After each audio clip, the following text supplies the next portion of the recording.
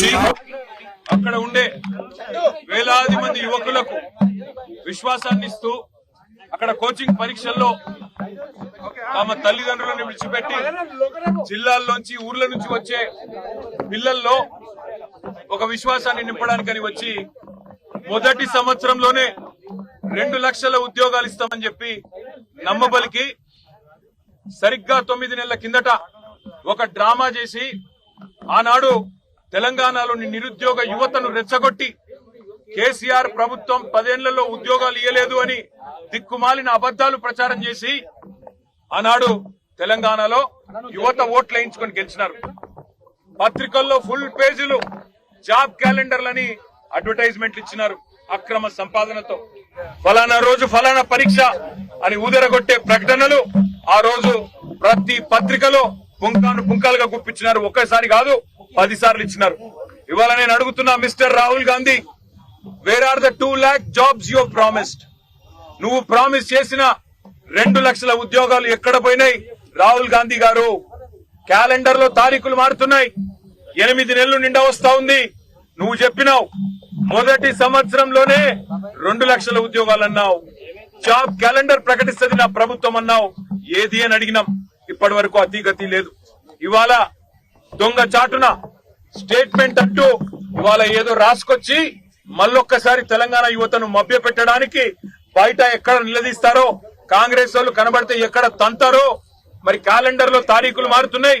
ఏది నీ job calendar, ఏది నీ 2 లక్షల ఉద్యోగాలని చెప్పి తంతరేమో కాంగ్రెస్ నాయకులని చెప్పి ఇలా 4 కాగితాల మీద 4 డేట్లు రాసుకొని ఇగో ఫలానా నెలలో ఫలానా నోటిఫికేషన్ అని చెప్పి అడ్డగోలు జమాబందీ ఏది పడితే అది రాసుకొని వచ్చినారు. మేము అడిగింది ఒకటే వారిని, నువ్వు కనీసం నువ్వు చెప్పిన 2 లక్షల ఉద్యోగాలు నిజమైతే నీ జాబ్ క్యాలెండర్ లో కనీసం 2 ఉద్యోగాలు కూడా నువ్వు చెప్పలేదు. కేవలం ఏదో గంపగుత్తగా ఫలానా నెల అని చెప్పి మళ్లీ మభ్యపెట్టే విధంగా నువ్వు పెడతా ఉన్నావు. మాకు చర్చకు అవకాశం ఇవ్వమని కోరినాం.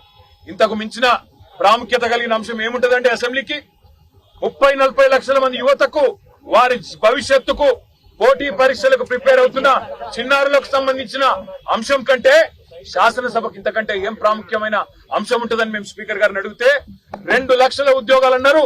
కానీ 2 నిమిషాలు కూడా మైక్ ఇయ్యలేదు. 2 నిమిషాలు మైక్ ఇవ్వండి స్పీకర్ గారు. ప్రభుత్వం పారిపోతున్నది. 2 లక్షల ఉద్యోగాలను మోసం చేసింది గతంలో. మళ్లీ జాబ్ క్యాలెండర్ అని చెప్పి డ్రామా చేస్తున్నదని చెప్పి మేమందరం కూడా స్పీకర్ గారిని చేతులు జోడించి అభ్యర్థించినాం. స్పీకర్ గారు కనీసం 2 నిమిషాలు మైక్ ఇవ్వలేదు. ప్రభుత్వం పారిపోయింది.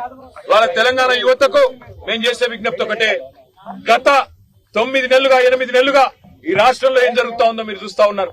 మిమ్మల్ని అందరినీ రెచ్చగొట్టి, మిమ్మల్ని అందరినీ ఉసిగొలిపి 2 లక్షల ఉద్యోగాలని చెప్పి మాయమాటలు చెప్పి గ్రూప్ 2 పోస్టులు 2000 చేస్తామని చెప్పి, గ్రూప్ 3 పోస్టులు 3000 చేస్తామని చెప్పి, గ్రూప్ 1 లో 1:100 నిష్పత్తిలో పిలుస్తామని చెప్పి, మెగా డిఎస్సీ వేస్తామని చెప్పి, జీవో 46ను సవరిస్తామని చెప్పి ఏది చేయకుండా మళ్ళొక్కసారి జాబ్ క్యాలెండర్ పేరిట మభ్య పెడుతున్నందుకు స్పీకర్ ను మేము అభ్యర్థించినాం.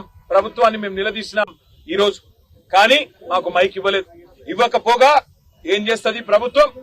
మా పార్టీ నుంచి ఇవాళ పార్టీ మారి అనర్హత వేటు ఎదుర్కొంటున్న ఒక ఎమ్మెల్యే, ఆయనకి ఇవాళ మైక్ ఇచ్చి మా గౌరవ శాసనసభ్యులను ఒక గౌరవ సభలాగా నిన్న హరీష్ రావు గారు చెప్పినట్టు అక్కడ మళ్లీ దుర్మార్గమైన పదజాలం, ఇష్టం వచ్చిన మాటలు, ఇష్టం వచ్చిన బూతులు. నేను ఆయన మాట్లాడిన మాటలు నా నోటితో నేను చెప్పలేను. మా అక్క లక్ష్మక్క అయితే పరిగెత్తుకుంటూ వచ్చింది, మనం ఇక్కడ ఉండొద్దు సార్ వెళ్ళిపోదాం, ఇట్లాంటి చిల్లర బజారు భాష మాట్లాడే కాడ ఎందుకుండాలి మనం అని చెప్పి మమ్మల్ని అందరినీ బయటికి, మేము వినలేదు నిజానికి అక్కడ మైక్ లో తను విన్నది కాబట్టి మమ్మల్ని అందరినీ బయటికి తీసుకొని వచ్చింది.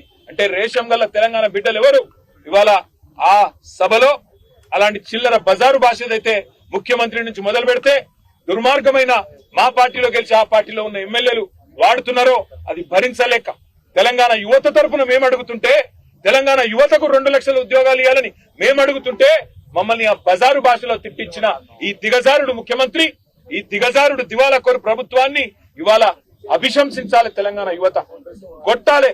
ఎందుకంటే ఎక్కడికక్కడ కాంగ్రెస్ లో నిలదీయాలి. ఏమైంది ఈ 2 లక్షల ఉద్యోగాలను అడగాలి.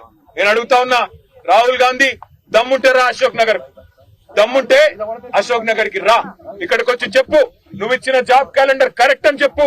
రేవంత్ రెడ్డి దమ్ముంటే రా, సెక్యూరిటీ లేకుండా నువ్వు మేమందరం వస్తాం, అశోక్ నగర్ కోదాంపా. అక్కడికి వచ్చి ఒక్క పిల్లగాంతో చెప్పి, ఒక్క తమ్ముడితో, ఒక్క చెల్లెతో చెప్పి ఈ 8 నెలల్లో నీ కాంగ్రెస్ ప్రభుత్వం ఒక్క ఉద్యోగం ఇచ్చిందని చెప్పి వాళ్ళతో చెప్పి మేమందరం రాజీనామా చేసి అక్కడనే పెట్టి పోతాం. వాస్తవం ఏంది? ఇప్పుడే పల్లా రాజేశ్వరరెడ్డి గారు చెప్పినట్టు మందికి పుట్టిన బిడ్డలు మా బిడ్డలు అని చెప్పుకుంటూ ఇవాళ కేసీఆర్ ప్రభుత్వం ఇచ్చిన 30-40 వేల ఉద్యోగాలు కాగితాలు మాత్రం నువ్విచ్చి ఇవాళ డ్రామా ఏదైతే ఆడుతున్నావో రేవంత్ రెడ్డి, నేను అందుకే అంటున్నా, నీది డ్రామా కాకపోతే, నీది అబద్ధం కాకపోతే, నువ్వు ఇచ్చిన ఉద్యోగాలు నిజమే అయితే నువ్వు వస్తావా, నీ రాహుల్ గాంధీ వస్తాడా? రండి, సిటీ సెంట్రల్ లైబ్రరీకి వస్తారా, అశోక్ నగర్ కు వస్తారా, ఉస్మానియా యూనివర్సిటీకి వస్తారా, ఎక్కడికి వస్తే అక్కడికి రండి. రేవంత్ రెడ్డి మళ్ళీ అంటుంటాడు మగాళ్ళు అయితే అని.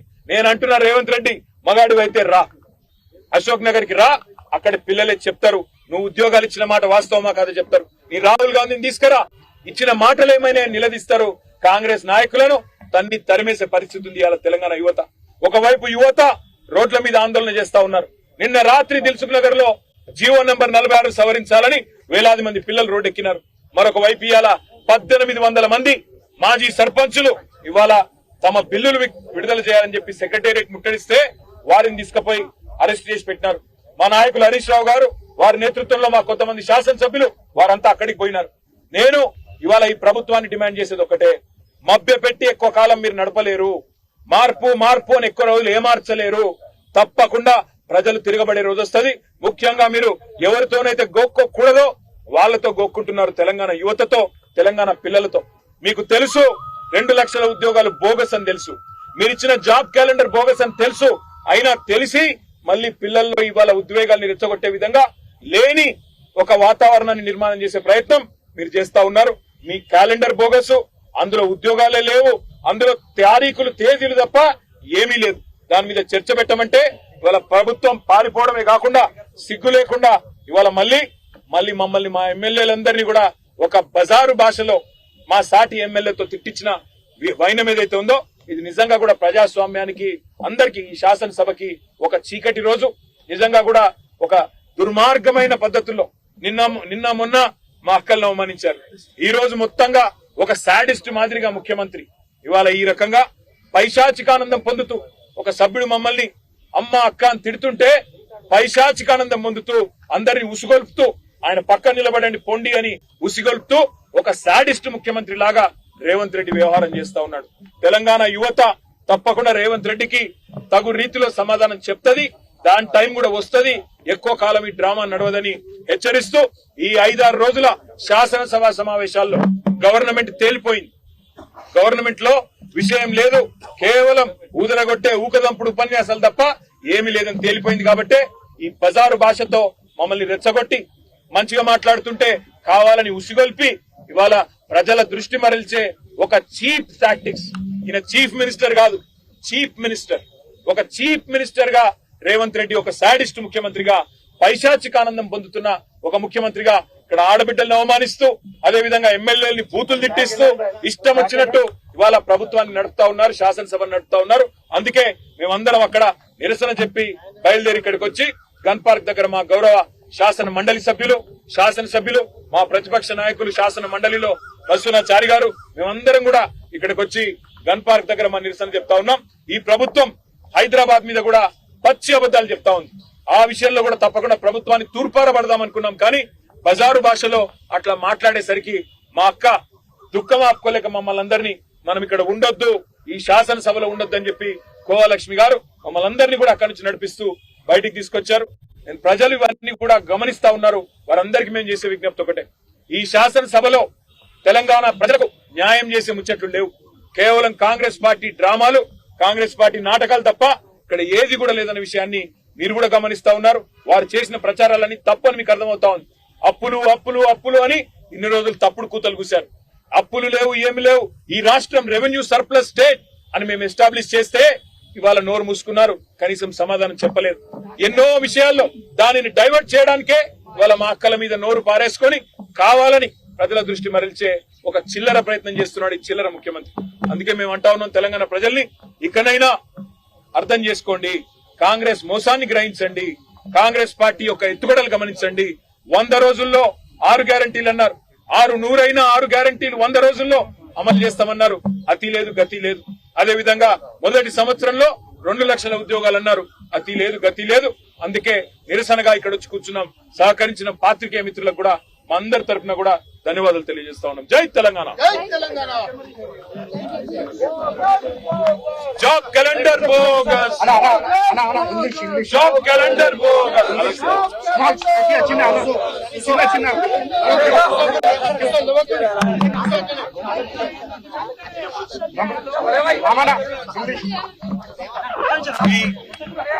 The BRS party legislators, BRS party MLAs and MLCs today are protesting in front of the Telangana Martyrs Memorial on one single count.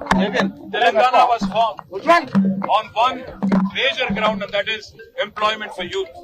Today, unfortunately, the Congress party that had promised, and no less a person than Mr. Rahul Gandhi himself, who had promised 2 lakh jobs in the very first year of the formation of the state, formation of the government, unfortunately has not lived up to his promise.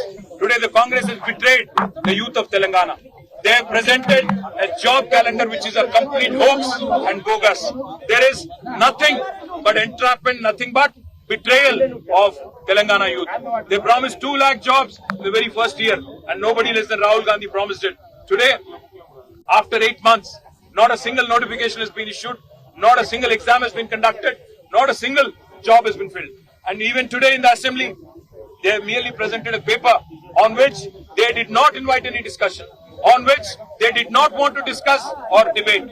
They did not even mention how many posts would be filled in the next few months. So therefore we are protesting against the government's betrayal of the Telangana youth. We are protesting the government's abusive language that is being used against our women legislators, against the legislators, the kind of gutter language that is being used by this motor-mouth chief minister. I'm calling him chief minister deliberately. So therefore, we are protesting here at the Telangana Martyrs Memorial, and I wish and hope that the people of Telangana understand the kind of betrayal that Congress has indulged in. They have cheated with the name of 6 guarantees. They said everything will be delivered in 100 days. None of them have happened. They said 2 lakh jobs in 1 year. None of that has happened. I hope Telangana people at least will now realize the betrayal and the anguish that Congress has caused to the youth of Telangana once again. Thank you.